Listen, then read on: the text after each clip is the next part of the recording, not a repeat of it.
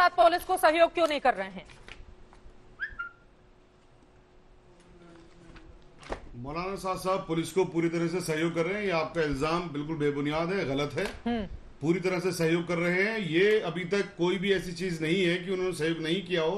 Media की अपनी मर्जी की बात है, आप लोग इन्फ्लुएंशियल पोजीशन में हो, जो चाहे कह दें, लेकिन इस बात के पीछे कोई तथ्य आप लोग नहीं दिखा सकते हैं सिवाय इस बात के कि ये आप लोगों का कहना है और हजारों लोगों को जिस तबलीगी समाज ने संक्रमित करने का काम किया, पुलिस वालों को देश भर में लगा दिया तबलीगियों को ढूंढने के लिए कि ढूंढिए जमात के लोग कहां छिपे हुए हैं, कोरोना नहीं फैलाए। आप कह रहे हैं मौलाना साहब, और उल्टा आप मीडिया को डांट रहे हैं। उल्टा आप मीडिया के ऊपर उंगली उठा रहे हैं। अपना काम तो आप लोग ढंग से कर नहीं रहे हैं। यस, बिल्कुल उठा रहा हूं मैं आप लोगों को ऊपर उंगली, इसमें बिल्कुल उठा रहा हूं मैं, और मैं रिस्पांसिबिलिटी के साथ ये बात कह रहा हूं कि आप लोग, लेकिन मेरा सवाल ये है मौलाना साहब, पुलिस जो को आप लोग नहीं कर सकते हैं। क्या नहीं कर सकते हैं? पुलिस के काम में मीडिया को दखल देने का कोई हक नहीं है। कौन दखल देने के लिए जा रहा है? एजेंसीज को अपना काम करने दीजिए, इन्वेस्टिगेशन हो जाएगी। इन्वेस्टिगेशन के बाद जो तो ये छिपे छिपे क्यों कर रहे हैं? 75 दिन हो गए, सामने आ जाएगा। 75 दिन हो गए, चुपके से नमाज पढ़ने की क्या जरूरत थी? यही तो मैंने अभी कहा पढ़ने कि की क्या जरूरत थी? मीडिया ने इन चीजों को मसालेदार तरीके से लोगों के सामने पेश करना है। मीडिया ने लोगों को बरगलाने का काम करना है, इसलिए कह रहे छिपे छिपे फिर रही। क्या पुलिस ने ये बात कही है छिपे तबलीगी जमात से जुड़े हुए लोग? एक सेकंड सर, बिल्कुल कह रही है पुलिस, बिल्कुल कह रही है। आप धाराएं उठाकर देखिए, एक शख्स के ऊपर इतनी गंभीर धाराएं लगी हो और वो हमें ज्ञान पढ़ा रहा है यहाँ पर। आपको पता है कि क्या हुआ है? जो आप बात कर रहे हैं, जो गंभीर धारा की आप बात कर रहे हैं, वो बहुत बाद में लगाई गई है।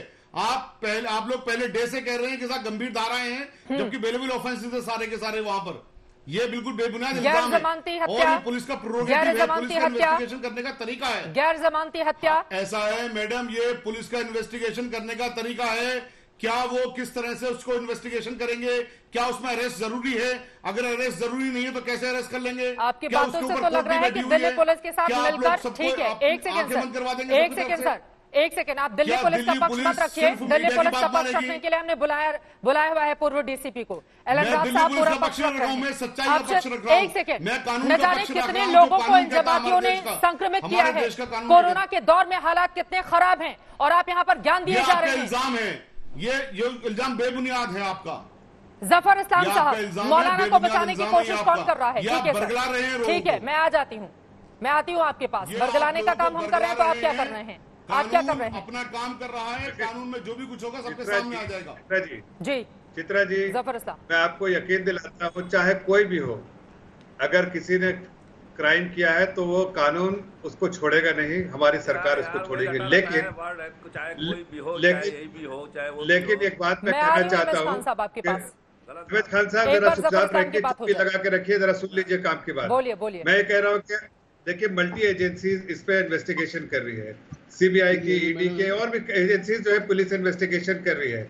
हमारी सरकार का कोई विंडिक्टिव अप्रोच नहीं रहता है, इसलिए कि सरकार अपना काम अपने तरीके से करती है और वो इन्वेस्टिगेशन के बाद जो सही कार्रवाई होती है वो करती है। इन्वेस्टिगेशन चल रहा है, इस इन्वेस्टिगेशन होने दीजिए। मैं इन्वेस्टिगेशन ढूंढ रही है या नहीं ढूंढ रही है जफर इस्लाम साहब? देखिए, मैं आपको ये कहना चाहता हूँ कि मौलाना साहब से जुड़े हुए चीजों को आप जैसा कह रहे हो उस पर सच्चाई है कि इन्वेस्टिगेशन चल रहा है और इन्वेस्टिगेशन चल रहा है। उस बीच में मैं कोई टीका टिप्पणी नहीं करूंगा, इतना जरूर कहूंगा कि इन्वेस्टिगेशन, हमारी सरकार जो है वो investigation, proper investigation independent agencies करती है। सरकार का कोई दखल नहीं होता है, सरकार उस पर कोई मदाखलत नहीं करती है, इंडिपेंडेंट एजेंसी से इन्वेस्टिगेशन कर रही है और उस सब इन्वेस्टिगेशन के बाद जब साहब को बचाने की कोशिश कौन कर रहा है? अगर पुलिस उन्हें ढूंढ नहीं पा रही है, अगर उनसे पूछताछ तक नहीं कर पा रही है पुलिस, मतलब पुलिस इस हैसियत में भी नहीं है कि उनको बुलाकर आमने सामने बैठकर पूछताछ कर सके। एक आदमी आराम से जाता है मस्जिद में नमाज पढ़ने के लिए और वो पुलिस के सवालों का जवाब नहीं देता है। चित्रा जी, आप इस गलतफहमी में मत रहिए कि पुलिस को कोई पुलिस की नजरों से कोई छुप के कुछ कर सकता है। मैं आपको यकीन दिलाता हूं, चाहे मैं मौलाना साहब छोड़िए कोई भी हो, हिंदुस्तान का आदमी, अगर पुलिस उसकी निगाह है तो उसकी निगाह रहती है।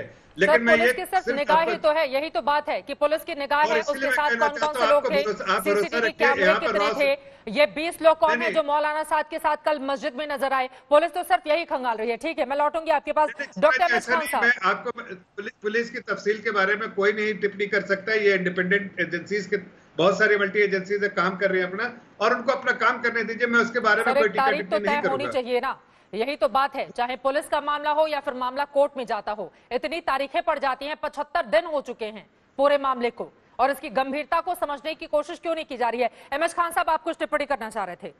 कौन बचा रहा है मौलाना साद को?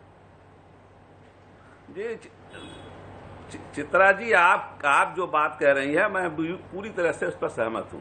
देखिए, जफर इस्लाम साहब फिल्मी डायलॉग बोल रहे हैं। कोई भी हो, फला भी हो, ढेका भी हो, मुरादाबादी खेल खेल रहा है मौलाना साहब। आप तमाशा कर रहे हैं। आप जितनी धाराएं लगी हैं, कम से कम आधे घंटे लगती है जुम्मे की नमाज पढ़ने में। आधे घंटे तक वो मौलाना साहब वहां खड़ा नमाज पढ़ के, अरे भैया समाजवादी पार्टी नहीं है, आप बेकार की बातें बकवास मत करो, बकवास से बकवास करो ना। समाजवादी पार्टी में नहीं हूं मैं समाजवादी पार्टी में नहीं हूँ, मैं समाजवादी पार्टी में नहीं हूँ। नॉलेज देख रहा हूँ अपना हो पार्टी का मतलब नहीं है। मैं आम आदमी हूँ, सुनो आम आदमी की बात सुनो। आम आदमी समाजवादी पार्टी में रह के कुछ और मांगते थे। सरकार में इन्वेस्टिगेशन कर रही है। अगर तुम्हारी औकात है तो सुनो। अगर ये औकात और इस तरह की व्यक्तिगत टिप्पणी नहीं। बेपेंदे को लोटा है, कभी समाजवादी पार्टी में, कभी कहीं। देखिए आपसे ये निवेदन है कि कृपया शब्दों की मर्यादा बनी रहे।